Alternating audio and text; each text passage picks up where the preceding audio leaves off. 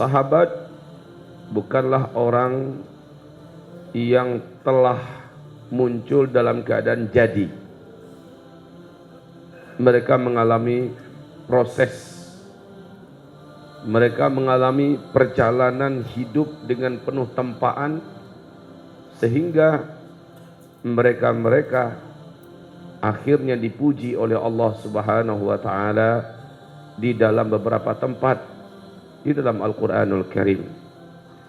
Seperti Allah Subhanahu wa taala berfirman tentang para sahabat, kuntum khaira ummah ukhrijat linnas.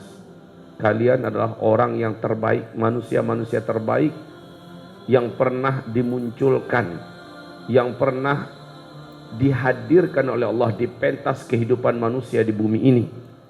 Sahabat yang mereka alami, yang mereka jalani, seluruhnya sungguh sangat istimewa. Sampai hari ini misali daripada sebuah keteladanan yang paling indah dalam kehidupan itu adalah misali hidupnya para sahabat. Sehingga Nabi mengatakan khairul qurun qarni, thumma alladhina yalunahum, thumma alladhina yalunahum. 3 kali saja. Thumma yaji'u min ba'dihim qaum tasbiqu syahadatu ahadihim aymanahum wa tasbiqu aymanuhum syahadatahum.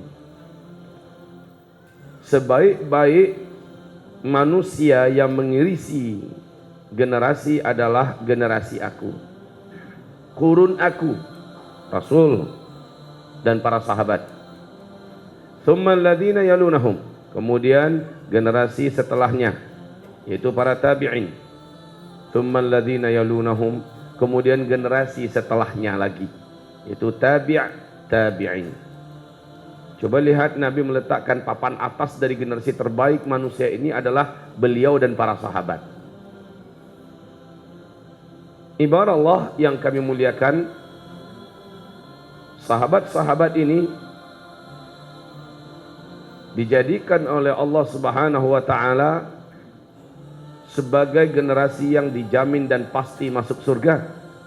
Allah firmankan di dalam Al-Qur'an surat At-Taubah ayat 100, As-sabiquna al-awwalun minal muhajirin wal ansar walladzina tabauhum bi ihsan radhiyallahu anhum wa radu an wa yudkhiluhum jannatin tajri tahtaha al-anhar khalidina fiha abada. Dzalikal fawzul 'azim. Para sabiqun awalun dari kalangan muhajirin dan ansar, siapapun yang mengikuti seperti mereka dengan ihsan, dia pasti akan sama dengan diikutinya, di mana seluruh para sabiqun awalun muhajirin ansar, para sahabat ini, mereka masuk ke dalam surga seluruhnya.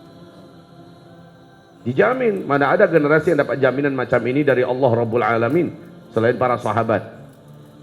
Dan yang dijamin dalam ayat ini adalah siapapun yang mengikuti sahabat, siapapun yang mengikuti para sahabat, Allah yang menjamin.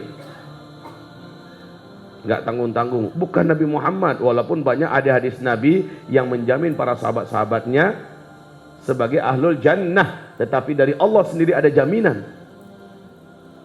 Tetapi peluang jaminan itu di dalam ayat ini terbuka umum. Siapa saja sampai hari kiamat yang mau hidupnya dipola dengan hidupnya para sahabat, insya Allah pasti dia akan bersama dengan para sahabat. Ibarat Allah, ma'asyiral muslimin wal muslimat yang kami muliakan, kehidupan para sahabat memang sangat unik. Mereka rela meninggalkan kebiasaan lama mereka demi iman. Mereka rela meninggalkan istri, suami, tanah air, kampung halaman, dunia, dan bahkan nyawa, badan mereka rela tinggalkan demi untuk membuktikan pengabdian mereka kepada Allah Subhanahu wa taala. Bagi mereka dunia bagaikan pasir di tangan. Ada tetapi tidak dianggap pernah ada. Tidak berkesan di hati mereka. Bertambah pasir di tangan, tidak bertambah dia bangga. Ketika dia melepaskan pasir untuk agama Allah, dia tidak merasa kehilangan apa-apa. Begitu para sahabat menilai dunia ini. Kehidupan para sahabat terbagi kepada dua fase. Fase Makki dan fase Madinah. Fase Makki disebut dengan fase Makkiyah atau Makkah. Di sini mereka ditempa dengan ujian yang bermacam-macam. Orang-orang kafir, musyrikin yang berkuasa di Mekah semena-mena terhadap mereka.